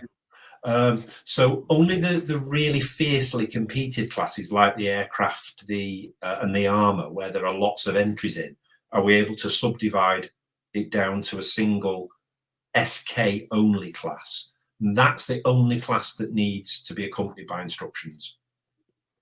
So there you are, out of the horse's mouth. Fact. Yeah. So don't be a twat. If you've added to it, put it in the other one. Yeah. It's not a standard kit. Even if you 3D printed your own seat, it's not a standard kit. Which brings me on to this great question. Because this year, best in class was 3D printed. How much will 3D printed influence categories, rules of current categories in the future? By God, this is. I thought I was just getting my head around the mixed media kit thing, right? About 10 years into the event, and now this is the perennial topic for controversy: 3D printing. Resin is not plastic. Resin is not plastic. I keep being told, but it is a plastic. As far as the IPMS are concerned, within the IPMS definition of plastic, so a plasticized material that is malleable and made from a polymer or whatever, right? Resin, plastic count as plastic, right? So a solid resin model would be eligible for entry into an IPMS competition class. Where it's mixed media, I think 80% has to be, so the structurally it has to be plastic. If you're building if somebody built a ship with plate metal and there were more metal in it than there were plastic, it wouldn't be eligible. So you've got to think about that from that point of view. But the 3D thing is interesting. I don't know. I'll be careful because I'm thinking out loud here, right? Because I just haven't had the time to sit and think about the detail. But my first shot will probably be clearly a commercially available 3D printed part, like the stuff you're getting from ResKit at the moment. It's just a detail, isn't it? You add it to your kit, you put your kit in the any source kit detail class. Bob's your uncle. What I'm seeing more is people that print their own at home from a commercially sourced CAD rendering, and then I see people that create their own CAD renders in order to print at home, or they create their own for somebody else to print. I've really got to try and get my head around this, because more and more stuff is going to arrive in the competition that is entirely printed. My instinct is, if someone's got the nous, and it's like any skill, isn't it? Once upon a time, nobody knew how to manage etched brass. Now the best modelers are experts at it. I think the next generation of modelers will all be brilliant CAD renderers, and they'll have it on their computer at home, and they'll sculpt it in the way they want it sculpted, and they'll print it, and then they'll paint it. And then people look at them going, well, that's wrong, and that's wrong, and that's wrong. And then you'll be judging on how accurate it really is. And then we will have a good scale model. That Space Marines armor is not right. Just quickly then. So this is a Dragon Panther G late version. Yeah. And it comes with every type of, every fittings. It's all plastic. Comes with rubber band tracks. Lovely. But this is cast. The actual body is cast. Oh, right. How would that be in your competition? Oh, Tell me about it. I promise you, honestly, it looks up. This is Dragon. This is Alex told me about it, because I've never seen a kit with cast iron in it. With a cast. Yeah, other than the Tamiya 48 stuff that used to have cast hulls, didn't they? Yeah, just the lower hull, rather. Yeah, but this is fully metal. Wow. And to be fair, when I first saw it, I did before I looked in the box, I thought, oh, this is the plastic one. And it wasn't until Alex said, we will look at that again, because that's actually cast. Yeah. So I went in there, and on the bit of cardboard, there was one there, and it looks just like plastic, but it's metal. Yeah. So unless you pick it up, you wouldn't know. But I'll tell you what, the detail on it is amazing. But where would you put that to in the? Do you know what? Right, I'll give you my first answer. I don't think it would be eligible, unless you could demonstrate that the remaining plastic constitutes the majority of the kit compared to the hull. Yeah. I mean, don't misunderstand me. I would not want to disqualify or dissuade people from building those kits and entering them into the competition. But it's another brain teaser for me. I'm going to have to think about this very carefully, because if this, like when white metal started to proliferate around the white metal. Yeah, I think as it stands at the moment, I think I would struggle to justify that being entered into a class. Yeah, but as I said, see that bit here that goes on top, which is the top of the tank there. That's all plastic, and the back end is plastic, and all you've got are two little screws that keep this together. Because you've got a little screw hole there, and a screw hole right there. Where is it coming? There, right there. Yeah. So, but you know what? But unless you pick that up, well, I didn't realize until I opened the box. But unless you pick it up, you wouldn't realize, because of the weight of it. Yeah. As I said, I'll put a bit of ballast in it, it's a tail sitter. It's a tail sitter. But you wouldn't know. I wouldn't know. I would not know. But if Dragon are going to produce this sort of, or to be fair, I'm surprised they haven't done a lot more. Yeah. 172. Tell me the product code for that, because I'm going to go and have a look at it and the others in the range. Yeah, well, it's the product code is Dragon. Yeah. It's a 7204. No, it's not. Hang on, where is it? No, 7206. Yeah. -3. 7206. 7206-3. It's the SD. And it's 48, is it? No, 172. 72. God, it's big for 72, isn't it? Yeah, right. That's what I mean. It's I was absolutely blown away, but it does actually say on the box, die-cast metal parts included. But this would, in theory, be. But if Dragon have tried this out, and to be fair, I don't know why they've not carried on doing it, because it does look. I know we're on big. I put on big screen actually, so people can actually see it. Even though it looks plastic, the color's plastic, and I didn't. When I first looked at this, I didn't twig. But as I said, it's cast. Right. So and I suppose that, it is a conundrum, but maybe I'll slip it in one day. Well, do you know what? When I go to, I'm scheduled to go to Houghton, the Euro modeling, whatever it's called, this Saturday. So I'll pick one of those up in that Yeah. series and just have a look at it firsthand and try and anticipate the bow wave of tanks that are going to arrive made of metal. Yeah, I don't know how old the version is. I've had it in it's been, I had a look at it and I thought, wow, it's even got cartograph decals in this one. So it's 2003, so it's 20-year-old. But you do wonder, but you can still get hold of them. But why they carried on, whether they do carry on doing it, I suppose they do, because Dragon will just keep reprinting kits anyway to sell them. But yeah, I did think that was quite interesting. Would I've got away with putting something like that in? If I cut with the box and say this is out the box, bump, how much of it's 80%? Because that there is a fair chunk, but there's a lot of work involved still to get it looking.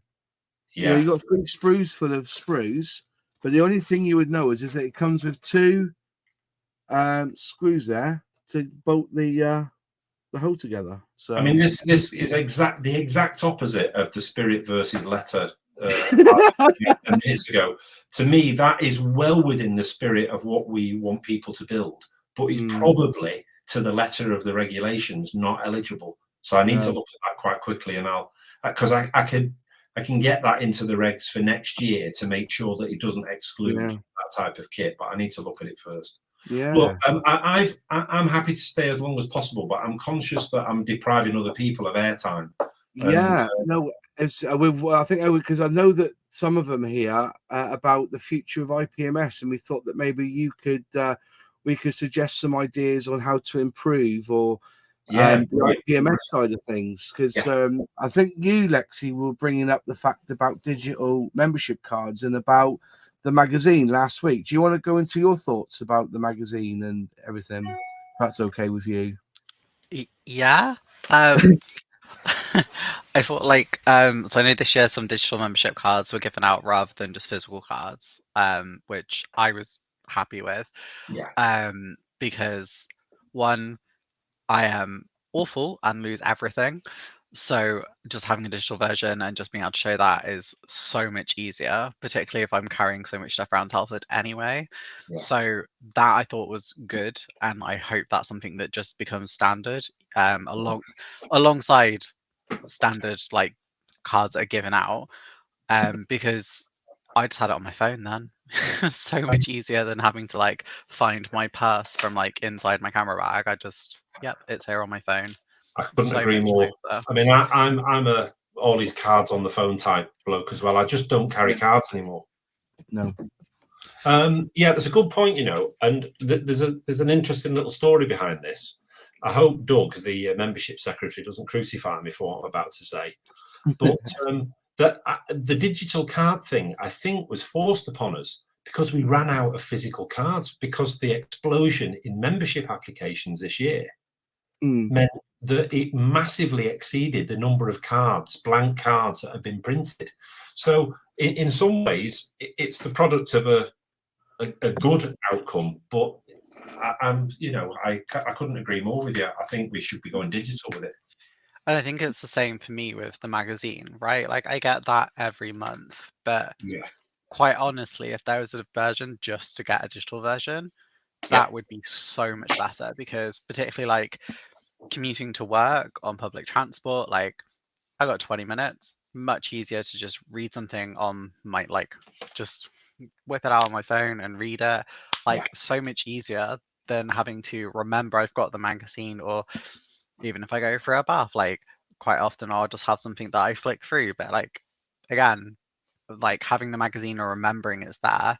If it's digital, it's so much easier and more accessible, and I like that there is the option of paper, and I think that's great, particularly for accessibility reasons. I think that's good, but I think there's so much that could be made more digital, and that in itself can also make it a lot more accessible for other people too.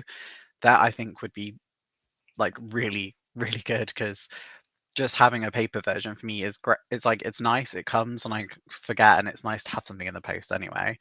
But having it in somewhere where I can just pick up on my phone would just be so much easier. And I know I've spoken to a lot of other people as well who feel that it would be just a nice to have, and feels more in line with them, where sort of a lot of magazines have gone as well, with having digital alternatives alongside the physical versions as well.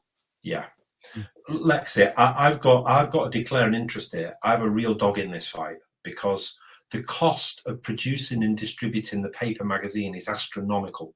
Yeah. Right? For those of you that are obviously members and get to see the accounts, because they have to be legally water in sums that we spend on the magazine, the production and distribution, I more or less said Jehovah, right, at the AGM last year.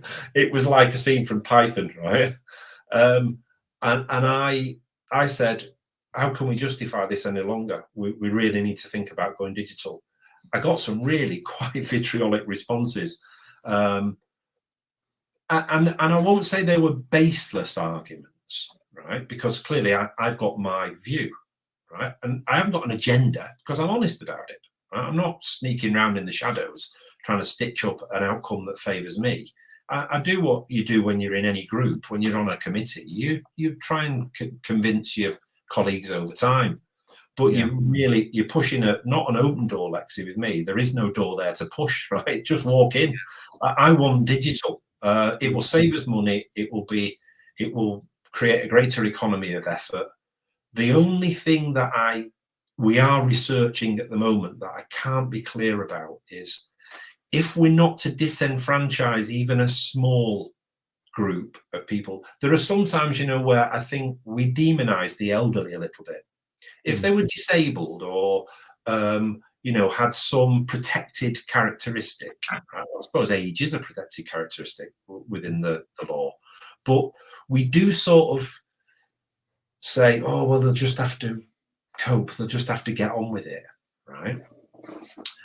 Even I'm willing to accept that we probably need limited paper copies in order to provide for those that don't have a digital presence. Yeah, and I agree with that, and it's the same in most things. But it feels like there are a lot of people, particularly of, well, my generation particularly. Like, I mean, I'm 31. I don't really care whether I get a paper one as much. I know there is an accessibility element, and I think modeling is great for how accessible it is. Yeah. But then flipping that around on the other side, people with vision impairments, people with reading impairments or lower literary skills, who might be able to use something that reads it for them instead. There are so many reasons for accessibility to promote a digital version, whether you have that as opt-in or opt-out. But it just feels to me that it's like an inclusivity argument that feels like there should be more digitization within IPMS, both for membership cards and also for the magazine itself. Don't get me wrong, I still like having a little paper card, but ultimately I'm not that fussed. Yeah, the badge of honour. I mean, I don't have mine. My partner got his. I didn't get mine. So, but for I think for the magazine particularly, and you're also then, like, obviously if you're printing one, like you've said about costs, you're then limiting how much content you can push out into a magazine as well, because every page is costing you money. Doing a digital version, you could literally decide, oh, I'm going to do something extra for whatever reason, and you don't have the astronomical costs associated with adding any bulk to a magazine as well. Yeah, I think there's just so many positive aspects that could be done for a digital version, and I know the sort of pushback there is, and I don't think that you should get rid of it entirely, because like you said, there are people who don't have a digital footprint, who aren't great with technology, and also there is an affordability element as well of like financial capability to access digital mediums as well. But I feel like it would be great if there was a digital version. Like, it would be so much easier in so many ways and so much more accessible. I've not bought a paper magazine, I'm guessing, for at least a decade. Everything, all my books, all my magazines are all on the iPad, and they go everywhere. So, I am bought and paid for on this argument. And I'm going to be bold now and say, what we need to do is to convince the wider membership. And I think, I don't know which part of the country you live in, Lexi, but the next AGM, if you have any inclination to want to come to it, that's a perfect forum to lobby with this, because I'll be there on the desk at the front, right, championing everything you've got to say on digital transformation, because It's got to happen. Yeah. And let me be careful here, right? I don't want to join this crude and a bit cruel caricature, right, of all of the IPMS executive membership who are all, 60-something people that still use paper. The vast majority are very, very progressive in the way they do things. But I think they're also very sensitive to a cadre of the membership that are the bedrock of the society, the origins of the society, and they still feel a sort of, a bit like the sort of Japanese culture, ancestral worship. I think there's a faint element of that in it, that they want to try and take care of that old and diminishing elite within the organization. I think you can do both. They're not mutually exclusive, are they? You can definitely still have that, but all the people that are potentially being excluded or just don't have an interest in reading a paper magazine or don't have the time, like I say, like a lot of people who commute to work, there's a really good way for them to read it. And particularly with the hobby moving on generationally, you want to make sure that you're going to continue that and you're keeping up with where things are going and sticking with the old guard, so to speak. Like, that doesn't help the hobby as a whole. It's helping the people who established it. Always worth remembering that. And like I say, it's not mutually exclusive to say, okay, we want to do this still for like the people who still need it, whether that's opt in or opt out. But it just feels like there's no reason not to have a digital version, even if you're doing both at the same time. Like, the cost is minimal digital compared to print. It just feels, like it shocks me that it's not been done so much sooner. And I think at the moment, certainly my understanding from the AGM earlier this year is that the person stroke company that does all the print management for us is going to give us some indicative costs of what it will take to go digital and to retain a small batch of paper copies for those that haven't got a digital presence. But honestly, all I can say is, look, I'm 100% with you. Just get yourself to the AGM and start lobbying along with Andy Brown. I think where it is, it's quite far from me. Oh, is it? Part of the country. I'm up north. I've seen this year it's going down to Farnborough. Farnborough. You know, the aviation museum. Yeah, the aviation museum in Farnborough. It's going down there because we've tended to be a bit northern for that, because we did Doncaster 2 years ago, didn't we? Doncaster Air Adventure it was in. Then last year it was in the Midlands Air Museum. And so we are under, a moral pressure really to spread ourselves around a bit. So it's Farnborough next year. I was just going to say, what I would love to see from the website is a weekly update. Me personally, I do a Substack now. I write articles once a week, and so my readers who subscribe to me get an article of something. Oh, that's my phone ringing. Hang on. Anyway, it's my phone ringing. I had it on silent. I thought it is on silent. It's just my thing ringing. But yeah, I would like to see it be in a magazine format on a website. To be fair, and so I've been doing with my articles, and people get once a week a little email saying there's an article live. They can read the article there. But I would love something to happen to the website to make it more of a magazine-focused website. So the only reason I go to IPMS website is to see when the events are, what events are happening, and basically the calendar, and just occasionally to see what's being popped up in everything else that's there. But it's very rarely updated. But if you had like a magazine online using the main website where people can comment on, so you can get real life up to date data on where you think you should be doing with it, because I think that's what's lacking. Everything's still done by pigeon post, basically. I agreed. Even the AGM notes come out. Well, I don't even read the AGM notes. You get me proxy vote back if I feel like I want a ticket, or I can go online and do it, can't I? I think for you guys, I can go online and proxy vote. I think, can I? You're right, aren't you? Yeah, I'd forgotten about that myself. Even You can proxy vote online, which is better. But yeah, at the end of the day, you've got to use that website, and the one way to do it is to make it a weekly updated magazine sort of thing.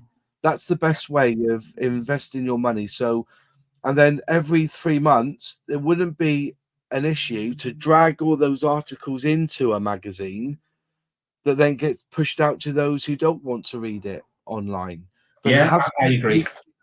To have it as a magazine front, so that the latest kit release is here, and you know the best thing about it, you could make a frigging fortune by putting model shops advertising their wares on that website, because people will go to that website to see what the latest news is coming out of IPMS or the latest build that people are doing, and make it a magazine focused website, and then advertise the hell out of it.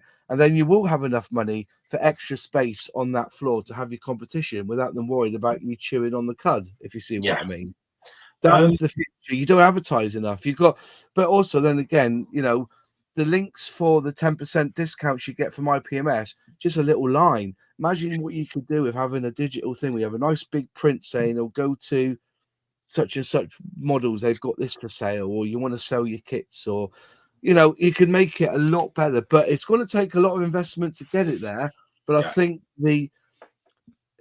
not to quote Steve Jobs, he said that years ago, Apple had the best write-in to text technology going. Then he realized that death would sort the problem out and we'd all be using keyboards. And that's what he actually said. The progression in life, kids now, they don't use a pen or paper. I know children who can't handwrite, but they can type faster, especially when they're playing Minecraft. But yeah. So really, I know it's an investment, but pushing it through and say another 20 years, those people won't be around who would want paper, because we all were expecting it to come on the screen, in that progression. So yeah, I do get that. The only thing that is in my mind, right, and I take great pride in having strong opinions about things I understand and shutting my mouth about things I don't understand, right? If there's one thing I resent more than anything, it's this: I've got a right to an opinion. No, you haven't. Hitler had opinions, right? Perversely ill-informed opinions, right? Yeah. You have a right to an informed opinion, even if that informed opinion disagrees with mine. That's fine. I respect anybody that has an opinion if they've taken the time to inform that first. So I won't argue the toss with you, because you all understand this content provider business far better than I do, right? Conceptually, I get it. Clearly, I'm a user, so I have a sense of what you're doing. But I also have a sense that it takes a tremendous amount of work. And I just wonder, I mean, the publicity officer role on the executive committee comes up comes for re-election, I think next year, right? I mean, I know now that what we need is somebody who is savvy, social media savvy, who can start to take IPMS and penetrate these areas. I mean, we really ought to have a YouTube channel, because I know most of the members live on YouTube. But it's not just that, but also utilizing the existing content creators to help promote IPMS, which doesn't happen either. Fair comment. We promote it. Like I always do. For the last 3 years, I've done like a video of like every single stand at Telford, because I love Scale Model World.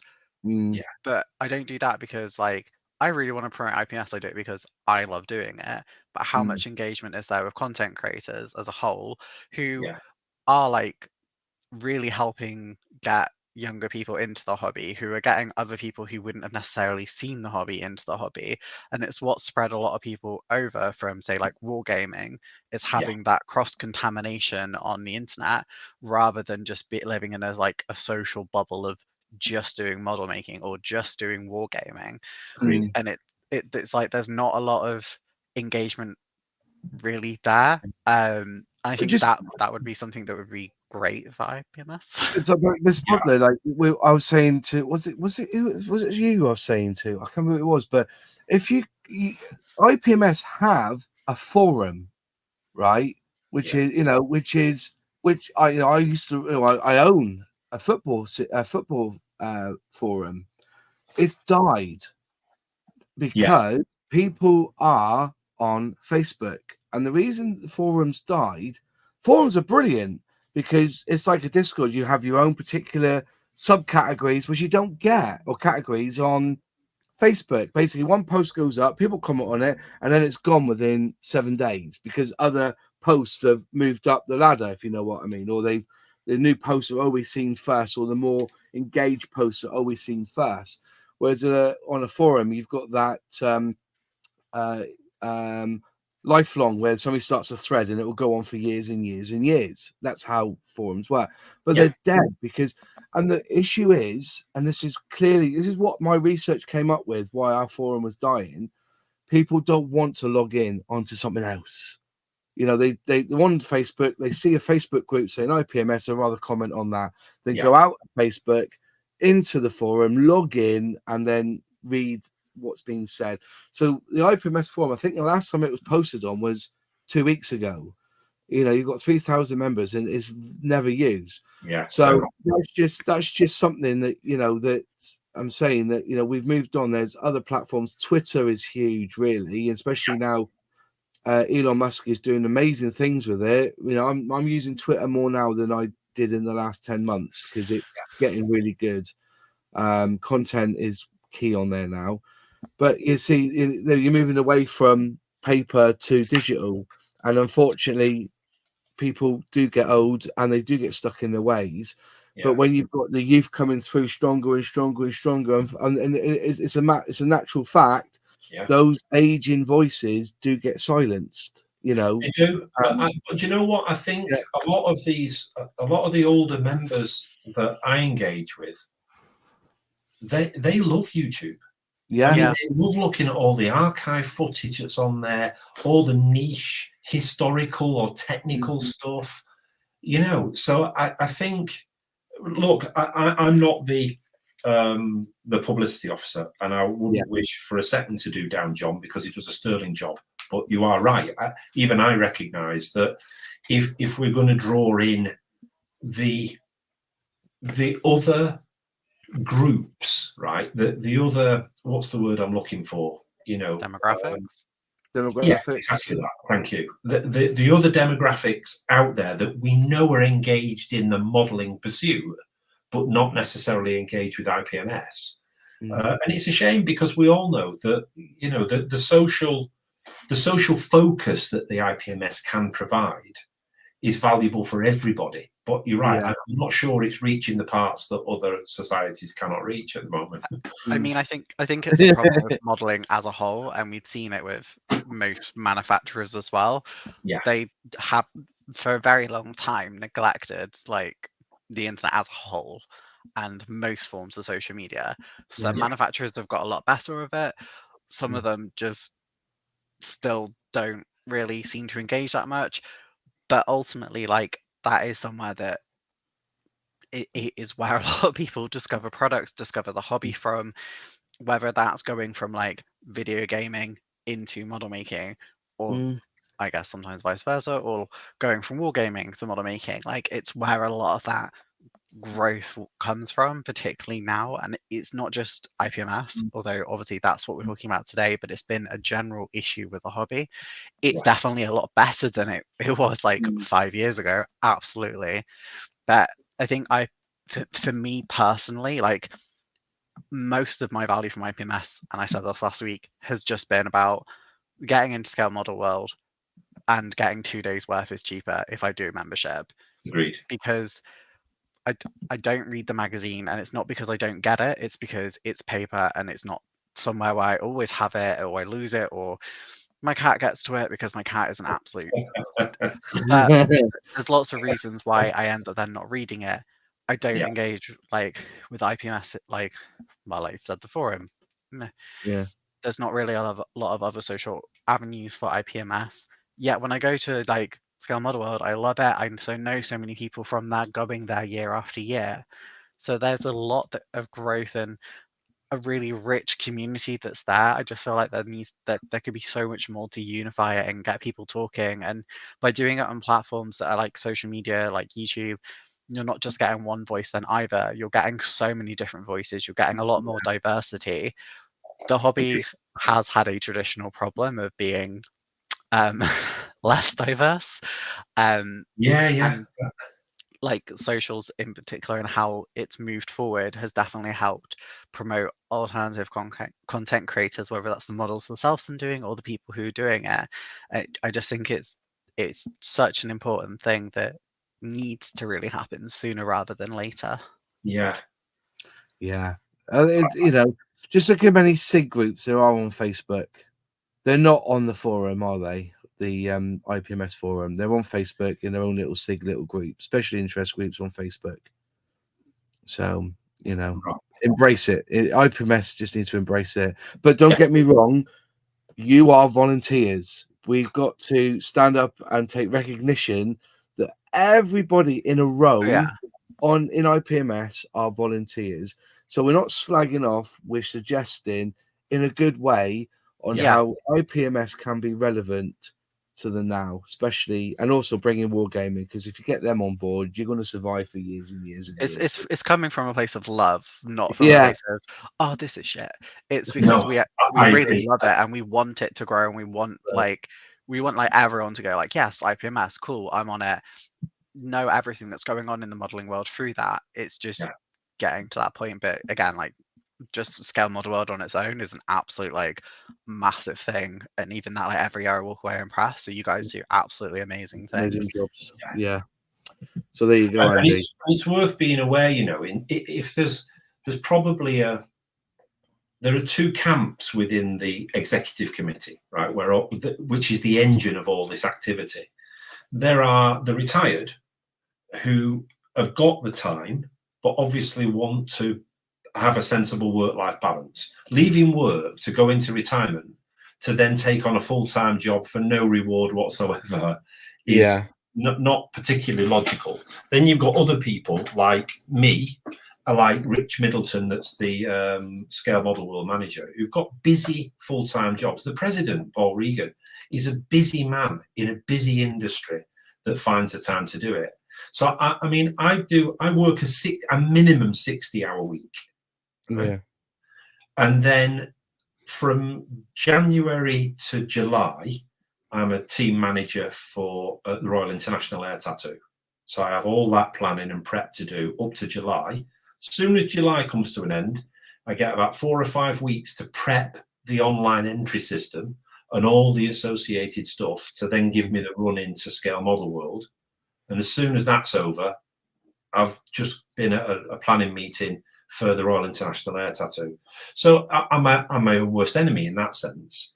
But just to give people a sense that old adage about give a busy man a job if you want it doing,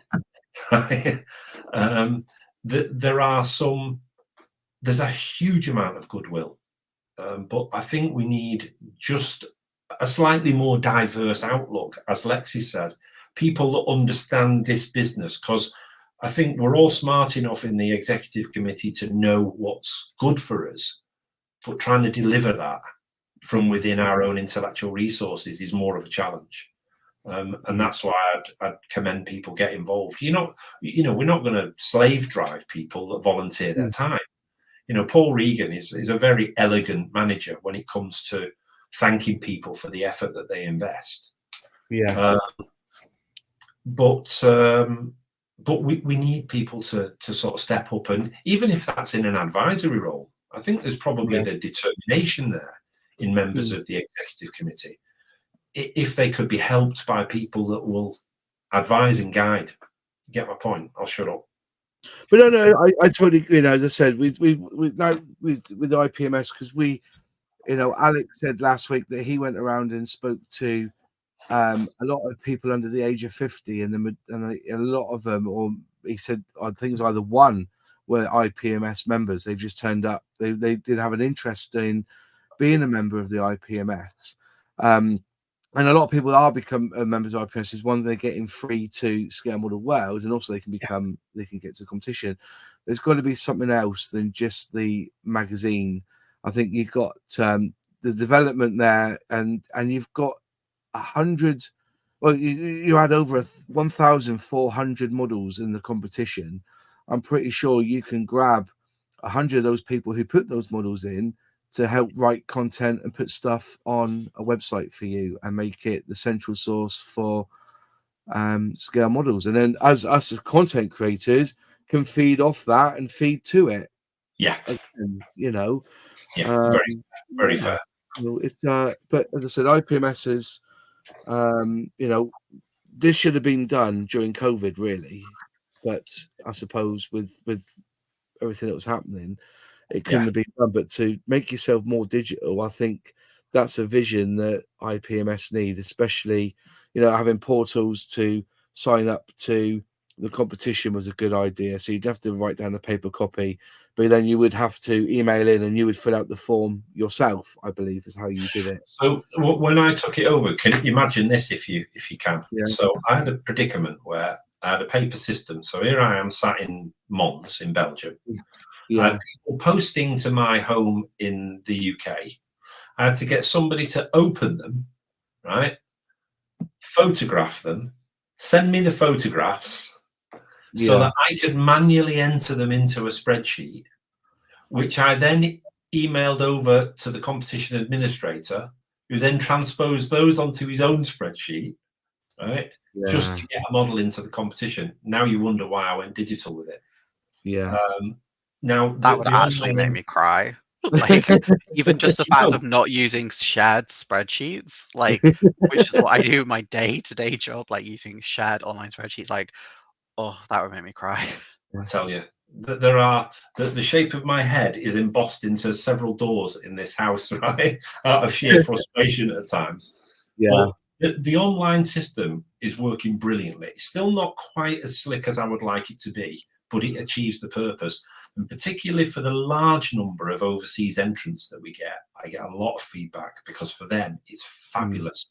No more queuing on Saturday mornings, no more panic administration for 2 or 3 hours of a Saturday morning with overseas entrants and juniors. It's all done before we get there. I mean, there's a lot more that support, a lot more admin that supports that, but the data collection is now so much easier. And I think it will probably get easier with time. But you know, it's bloody hard work, and you can see what the system was like before, what a farcical system it was before. But it worked for my predecessor because Tony had the time, and he was willing to do that. Between them, they were willing to do it. And like we were saying before about, you know, that term that was introduced, I think, by the Blair government about nudge theory, right? It's an Obamaism as well. Sometimes you have to nudge people, not force them. It's that applying a vector in the direction that you wish them to go, such that they find themselves moving in that direction without feeling bullied. That's the game. And I think I succeeded in making the transition to an online entry system with the people that support me without sort of disenfranchising them or saying, all that you do is shit and now you've got to do it my way. That is not the way to go about business. No. Especially when you're working with volunteers. Yeah. But then also you've got to understand, or the people who have been doing it a certain way needs to understand that progress is key for survival of any membership society. Correct.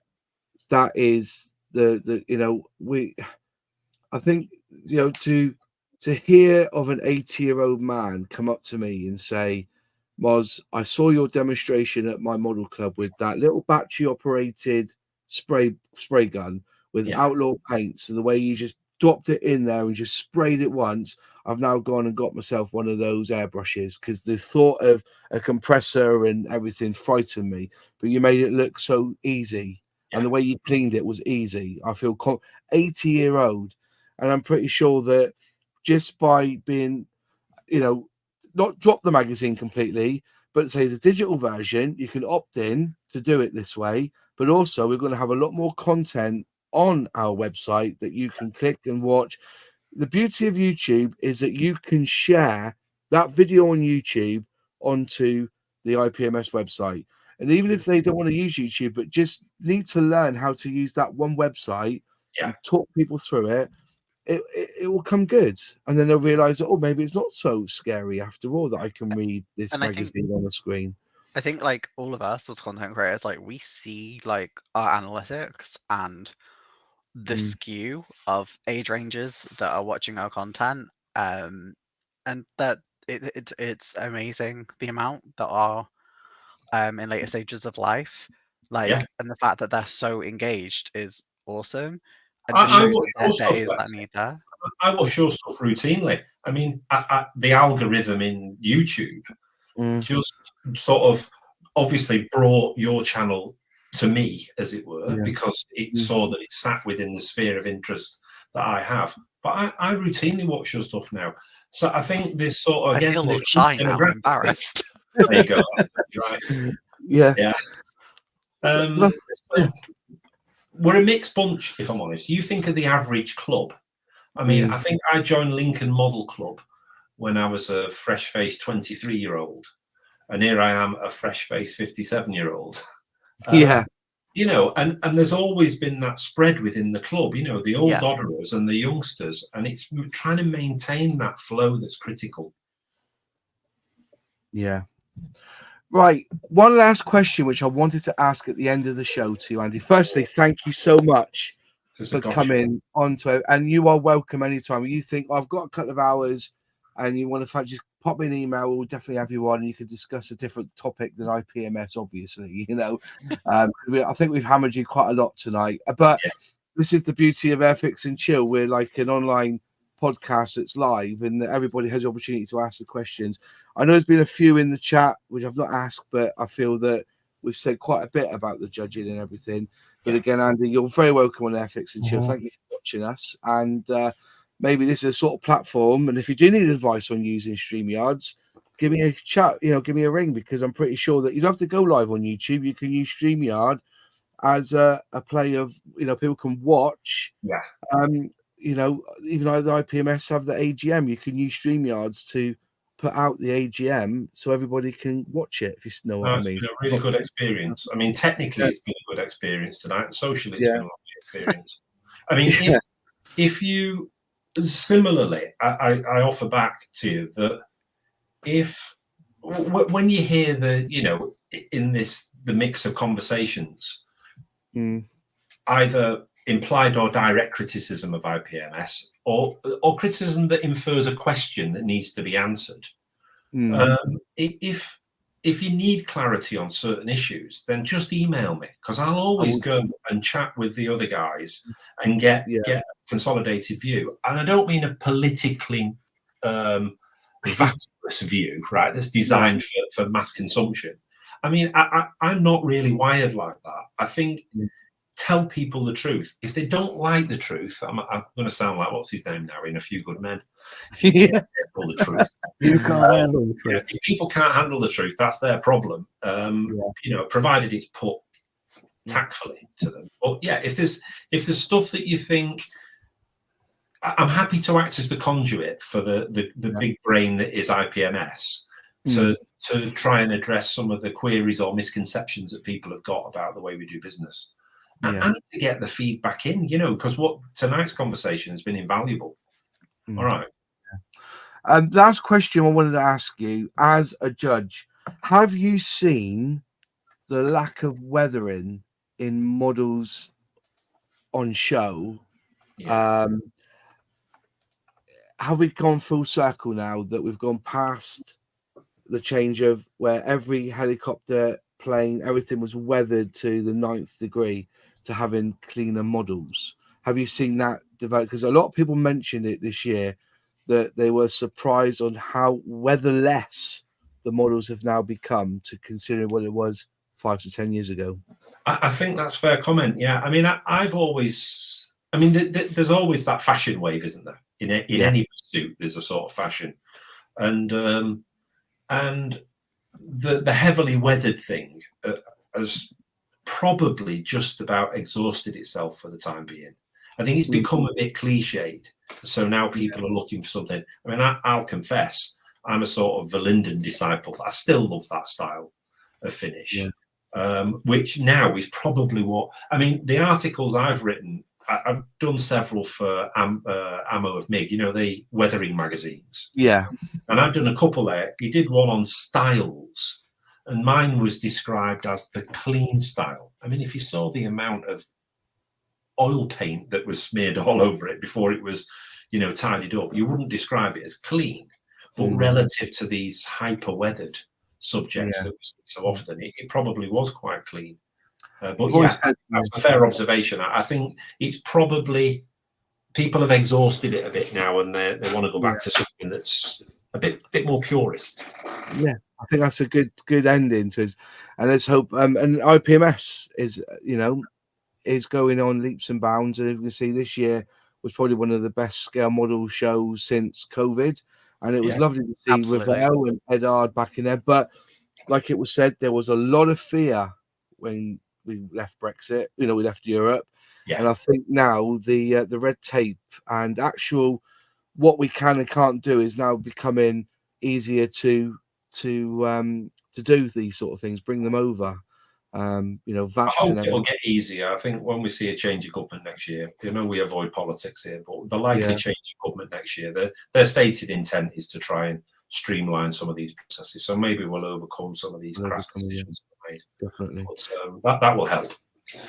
Again, Andy, thank you so much for joining us. I think you've answered so many questions. It's been a blessing. And as I said, if you ever fancy popping on, or there's something that's causing a bit of a ruckus in the IPMS, or you want, you know, the thoughts of the scale model community, you're quite welcome to jump on Airfix and chill anytime, my friend. And I've got your email, so I'll listen with my Dale at Airfix and every other ones I've got. If I need to ask a question, I will definitely have you there on the list. Anyway, I'll fire some comments in next week just so you know you're being watched. All right. Yeah, most definitely. Again, thank you all for the panel for joining us tonight. It's been really good. Sorry you've not really chatted much. One of the questions I've been sent in to Andy. We'll be back next week, obviously. I don't know what we're going to do. I might even do an auction, some model kits, finally get some auctions doing. But again, thank you so much, all. To those in the chat, thank you for asking your questions, and we'll see you next week. God bless you all, and good night. Bye-bye. Cheers. Good night, all. Thanks a lot.